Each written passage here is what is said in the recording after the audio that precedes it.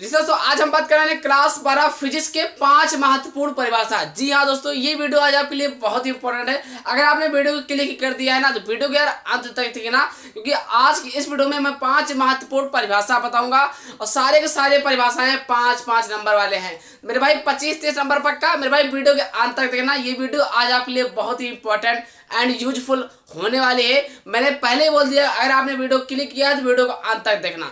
वो 5 महत्वपूर्ण परिभाषा कौन है? पहला नंबर क्या है? मैक्सवेल के विद्युत चुंबकीय तरंग का सिद्धांत की व्याख्या कीजिए। लेसन 7 का है मैक्सवेल वाला। दोस्तों लगातार कई बार आ चुका है, डिमांड भी है इसका बोर्ड परीक्षा में, तो आपको पूरा देखना है। दूसरा नंबर का है प्रकाश का विद्युत प्रभाव का नियम। जैसे कोलराउस के नियम, गॉस के नियम इंपॉर्टेंट ना, उसी प्रकाश के ये छुपा हुआ रुस्तम की तरह लेसन 11 का है। इसका नाम क्या है? प्रकाश विद्युत प्रभाव का नियम। जी हाँ दोस्तों, आपने सही सुना, बहुत इंपॉर्टेंट है यार, है ना। तीसरा नंबर क्या है? प्रकाश से पहली बात क्या है? आंसर सहित बताएंगे। अगर आपने मैंने क्या बोला? आंसर सहित बताएंगे, इसका आंसर भी बता रहे हैं। पर क्या है? प्रकाश विद्युत उत्सर्जन संबंधी आइंस्टीन का समीकरण मतलब 1/2 mv² बराबर h(v-v)। व्याख्या कीजिए। अभी इसका आंसर भी बताएंगे। जी हाँ दोस्तों, निश्चिंत रहिए यार, आंसर भी बताएंगे। चौथा नंबर क्या है? प्रकाश के विकिरण से क्या तात्पर्य है? इसके आवश्यक प्रतिबंध लिखिए। लेसन 11 या 10 का है, ये भी इंपॉर्टेंट, आंसर भी बताएंगे। मैं बार बार बोला आंसर सहित है वीडियो, ठीक। पांचवा नंबर क्या है? कला संबंध सोच से आप क्या समझते हैं? कला संबंध सोच से आप क्या समझते हैं? आंसर सहित बताएंगे यार, वीडियो को पूरा देखो। तो दूसरा नंबर क्या है? कार्यफलन की परिभाषा लिखिए। कार्यफलन कैसे है, क्या है, सारी चीजें मैंने क्या बोला? 5 महत्वपूर्ण परिभाषा है और सारे के सारे 5-5 नंबर के हैं। जी हाँ दोस्तों, वीडियो को पूरा देखना। अब चलिए बात कर लेता हूँ पहले नंबर, ठीक। तो अब हम बात करते हैं पहला नंबर। पहला नंबर ये लिखा मेरे भाई कि मैक्सवेल का प्रकाश का विद्युत चुंबकीय तरंग का सिद्धांत, लेसन 7 का होगा। ये बहुत ही इंपॉर्टेंट परिभाषा है। जी हाँ दोस्तों, आंसर देखिए कितना सटीक बनाया है। जब कभी किसी विद्युत परिपथ में विद्युत धारा उच्च आवृत्ति से बदलते हैं, अर्थात मैंने क्या बोला? अर्थात परिपथ में उच्च आवृत्ति के विद्युत दोलन होते हैं, तो उस परिपथ से ऊर्जा तरंगों के रूप में चारों ओर प्रसारित होने लगती है। इन तरंगों को विद्युत चुंबकीय तरंग कहते हैं। मेरे भाई एक बार फिर देख लेते हैं कि जब कभी किसी विद्युत परिपथ में विद्युत धारा उच्च आवृत्ति से बदलते हैं, अर्थात यहाँ पर आपको ब्रेकर लगाना, ठीक, ऐसे ही लिखना है, तभी नंबर आपको 5 मिलेगा। जी हाँ दोस्तों, मैंने अप्लाई किया था। अर्थात परिपथ में उच्च आवृत्ति के विद्युत दोलन होते हैं, तो उस फिर ब्रैकेट क्लोज, तो उस परिपथ से ऊर्जा तरंगों के रूप में चारों ओर प्रसारित होने लगती है। इन तरंगों को विद्युत चुंबकीय तरंग कहते हैं, है ना। इन तरंगों में विद्युत क्षेत्र E, विद्युत क्षेत्र को E से लिखते हैं, तथा चुंबकीय क्षेत्र B परस्पर लंबवत तथा तरंगों के संचरण की दिशा के लंबवत होते हैं। इतना करने के बाद छोड़ देना है, फिर नीचे एक हेडिंग लिखना है आपको, तभी नंबर मिलेगा। जब पूरा लिखोगे तब आपको नंबर मिलता है मेरे भाई, सच्चाई है। फिर आपको हेडिंग डालना है, लिखना है विद्युत चुंबकीय तरंगों के अभिलक्षण। अभिलक्षण तो बताना है। तो देखिए मेरे भाई, 3 अभिलक्षण आपको याद करना है जो आसान हो लिखने में भी और याद करने में भी, ठीक। तो आपको पहला नंबर लिखना है कि विद्युत चुंबकीय तरंग त्वरित आवेशों द्वारा उत्पन्न की जाती है। मैंने क्या बोला कि विद्युत चुंबकीय तरंग त्वरित आवेशों द्वारा उत्पन्न की जाती है। आपको नहीं दिख रहा तो थोड़ा जूम कर लो, ठीक, या क्वालिटी बढ़ा लो। दूसरा नंबर क्या है? इन तरंगों के संचरण के लिए किसी पदार्थिक माध्यम की आवश्यकता नहीं होती। मैंने क्या बोला? पदार्थिक माध्यम की आवश्यकता नहीं होती। तीसरा नंबर ये लिखना कि ये तरंगे निर्वात में v बराबर 1/√u0 वेग से चलती है, जिसका मान प्रकाश चाल के बराबर होती है। मैंने क्या बोला? इसका जो मान होता है प्रकाश की चाल के बराबर होता है। मेरे भाई इतना करना है, कोई ज्यादा इसमें लफड़ा नहीं है। ये मान चलिए ये बहुत ही इंपॉर्टेंट है। ये बात होता है कि जिस प्रकार से आपका शरीर में ब्लड इंपॉर्टेंट ना, उस प्रकार से फिजिक्स के अंतर्गत ये पांचों महत्वपूर्ण परिभाषा इंपॉर्टेंट है। जी हाँ दोस्तों, आपने सही सुना यार, बहुत इंपॉर्टेंट है। ऐसे वीडियो पाने रहने के लिए चैनल को सब्सक्राइब कर लेना। अब हम बात करते हैं स्क्रीनशॉट का, ठीक। तो अब हम बात करते हैं दूसरा नंबर क्या है। दूसरा नंबर ये लिखा है कि प्रकाश विद्युत प्रभाव का नियम। जैसा दोस्तों प्रकाश विद्युत प्रभाव का नियम 5 नंबर में आता है, इंपॉर्टेंट भी है, आसान है। तो याद कैसे करना है? देखिए भाई क्या लिखा है? वैज्ञानिक लेनार्ड तथा मिल्टन ने प्रकाश, भाई वैज्ञानिक का नाम तो लिखना पड़ेगा, ठीक। पहली बात तो ये है, क्योंकि ये जरूरी है, भले आपने याद कर पाओ, नाम कठिन है। वैज्ञानिक लेनार्ड तथा मिल्टन ने प्रकाश विद्युत प्रभाव के संबंध में किए गए प्रयोगों से प्राप्त प्रेक्षणों के आधार पर कुछ नियम दिए हैं। कुछ नियम दिए हैं जिसे हम प्रकाश विद्युत प्रभाव नियम कहते हैं या कहलाता है। अब ज्यादा देखिए, नियम तो 4-5 हैं, लेकिन मैंने क्या बोला, इसमें कोई ये नहीं बोला गया कि तुम 4 नियम लिखो या 5 नियम लिखो। इसमें ये बोला गया है कि नियम लिखिए। तो मेरे भाई 3 नियम आपको लिखना है जो आसान नियम हो। मेरा कहना समझो क्या है कि आपको नियम तो लिखना है, लेकिन ज्यादा नहीं लिखना, 3 लिखा है जैसे कि याद हो जाए, ठीक। बाकी ज्यादा लिखो कोई मतलब है, नंबर होता नहीं मिलेगा, है ना। तो नियम नंबर 1 क्या है, किसी धातु की सतह से प्रकाश इलेक्ट्रॉन के उत्सर्जन की दर धातु की सतह पर गिरने वाले प्रकाश की तीव्रता के अनुक्रमानुपाती होता है। मेरे भाई पहला नियम का पहले अब बात करता हूं। दूसरा नंबर क्या लिखा है कि दूसरा नियम क्या है, प्रकाश इलेक्ट्रॉनों की अधिकतम गतिज ऊर्जा प्रकाश की तीव्रता पर निर्भर नहीं करती है।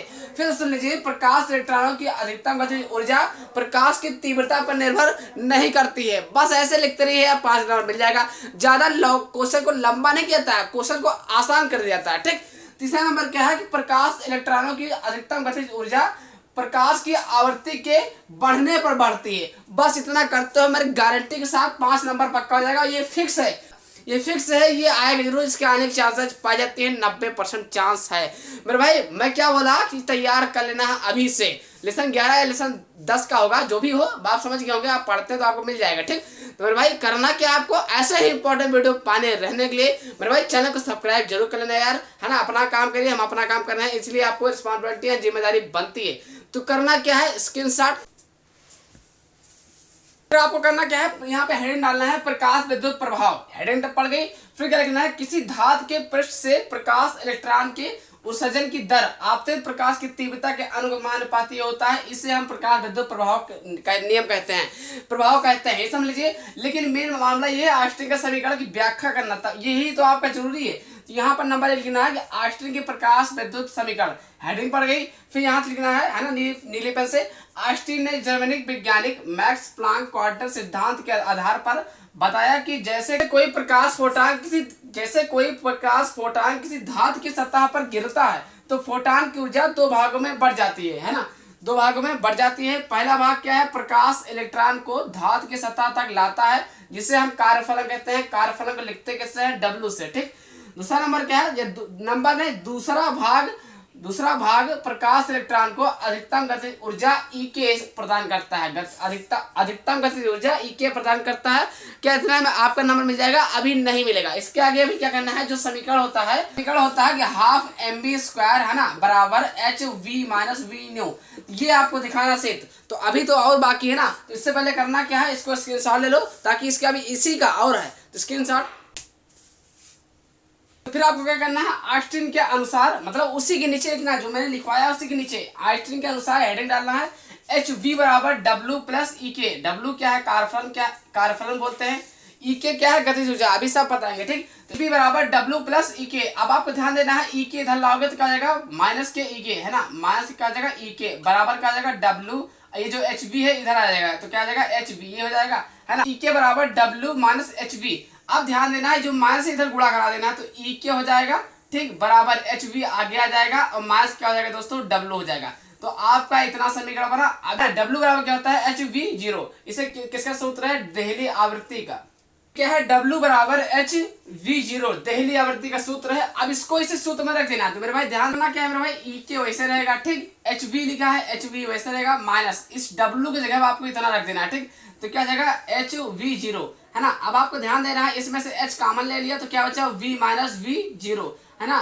EK बराबर क्या हो जाएगा, H ब्रैकेट अंदर V - V0, ये बना। ये क्या है, आपका समीकरण फर्स्ट तैयार हो गया, ठीक है। समीकरण फर्स्ट बन गया। अभी और अब आपको करना क्या है, यहाँ एक लाइन लिखना है, यदि उत्सर्जित प्रकाश इलेक्ट्रॉनों का अधिकतम वेग Vmax हो तब, ठीक। तो यहाँ पर क्या करना है, एक समीकरण ये लिखना है। सूत्र क्या होता है दोस्तों, आपको पता होगा, EK बराबर मतलब गतिज ऊर्जा बराबर क्या होता है, 1/2 mv², है ना। क्या होता है, 1/2 mv²। मैंने आपने कक्षा 9 में पढ़ा होगा, कक्षा 10 में पढ़ा होगा, कक्षा 11 में पढ़ा होगा। गतिज ऊर्जा बराबर का सूत्र होता है 1/2 mv²। लेकिन क्या है, यहाँ पर मैक्स लगा तो यहाँ पर भैया हो जाएगा मैक्स, बात इतना फर्क है।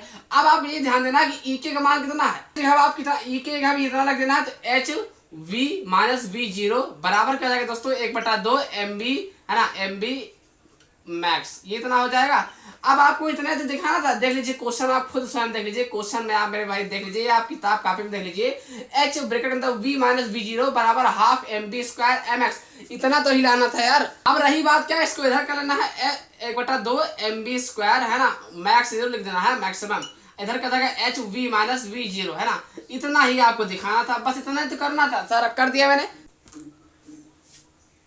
ये मेरे भाई समीकरण फर्स्ट था, ये समीकरण सेकंड था, ठीक। यहाँ पे एक लाइन लिख देना समीकरण फर्स्ट और सेकंड को, है ना, यहाँ लिख देना भाई, जरूरी चीज है, यह समीकरण फर्स्ट व सेकंड को, है ना, को मतलब कि आपस में तुलना कराने पर, ठीक। तो बस इतना करना था, हो गया, यही करना। लेकिन अब मैंने बता दिया, अब इसमें रही बात, कोई पूछ लेगा कि बटा दो, जैसे कि एच क्या है, वी क्या है, वी नॉट क्या है, एम क्या है, वी क्या है, आखिर क्या बोलते हैं हिंदी में, तो उसको आप जान लीजिए। तो करना क्या है, स्क्रीनशॉट तो M B square M X बराबर H V minus V naught, है ना, ये क्या आपका आइंस्टीन का समीकरण है ना। तो अब एच क्या है, एच भी आपका प्लांक सर्वाधिक नियतांक है, ठीक। वी क्या है, तो प्रकाश की आवृत्ति है। वी नॉट क्या, वी नॉट बोलते हैं, ठीक, ये प्रकाश की देहली आवृत्ति है, ठीक। एम क्या है, इलेक्ट्रॉन का द्रव्यमान है। वी मैक्स, मैक्स मतलब मैक्सिमम, अधिकतम, ज्यादा से ज्यादा। तो ये क्या है, इलेक्ट्रॉनों का अधिकतम वेग है। मेरे भाई इतना आपको बता दिया, तो तीसरा नंबर कंप्लीट। अब हम बात करते हैं चौथा नंबर। अब हम बात करते हैं चौथा नंबर क्या है। चौथा नंबर ये लिखा है, प्रकाश का व्यतिकरण से क्या तात्पर्य है और इसके आवश्यक शर्तें लिखिए, मतलब कुछ आवश्यक नियम दिया गया है उसको लिखिए। कहना मतलब ये है कि 5 नंबर में आता है, कई बार पूछा जा चुका है, तो आप जरूर लगा लें कि आवश्यक शर्तें लिख दे। तो करना क्या आपको, जब प्रकाश किसी माध्यम में एक साथ चलती है, मैंने क्या बोला, जब प्रकाश किसी माध्यम में एक साथ चलती है तो माध्यम के विभिन्न बिंदुओं पर प्रकाश की तीव्रता उन तरंगों के अलग अलग तीव्रताओं के योग से भिन्न होती है, ठीक। मैंने क्या बोला कि जब प्रकाश किसी माध्यम में एक साथ चलती है तो माध्यम के विभिन्न बिंदुओं पर प्रकाश की तीव्रता उन तरंगों के अलग अलग तीव्रताओं के योग से भिन्न होती है। कुछ स्थानों पर प्रकाश की तीव्रता न्यूनतम होती है और कुछ स्थानों पर प्रकाश तीव्रता अधिकतम होती है, ठीक। मैंने क्या बोला, प्रकाश तीव्रता अधिकतम होती है। अब क्या लिखना, इस घटना को ही प्रकाश का व्यतिकरण कहते हैं, बस इतना ही, आसान भी है, ठीक। तो याद कर लेना। आवश्यक शर्तें क्या है, 3 शर्तें लिखना है, आपको 2 लिखना है, कोई लिखा तो है, कितने लिखिए, यदि अपने मन से चाहे 2 लिखो चाहे 3 लिखो तब भी सही रहेगा, 2 लिखो तब भी। तो पहला नंबर क्या है कि 2 तरंगों की आवृत्तियां बराबर होनी चाहिए। दूसरा नंबर क्या है, दोनों तरंगों के आयाम बराबर होने चाहिए। तीसरा नंबर क्या है, दोनों प्रकाश स्रोत बहुत संकीर्ण होने चाहिए, दोनों प्रकाश स्रोत बहुत संकीर्ण होने चाहिए। मेरे भाई बस इतना करना और कुछ नहीं, ये बात मान चलिए कि इंपॉर्टेंट है। और ऐसे इंपॉर्टेंट वीडियो पाने रहने के लिए मैं बार बार कहता हूँ, चैनल को सब्सक्राइब कर लेना है, और अगर अभी तक वीडियो को लाइक नहीं किया तो लाइक जरूर कर देना। तो करना क्या है, स्क्रीनशॉट। बात करते हैं 5वां नंबर क्या है। 5वां नंबर देखो भाई, 2 है ना, मतलब 5वें नंबर में 2 है, पहला एक दूसरा, इस दोनों मिलाकर के 5 नंबर पूछा जाता है।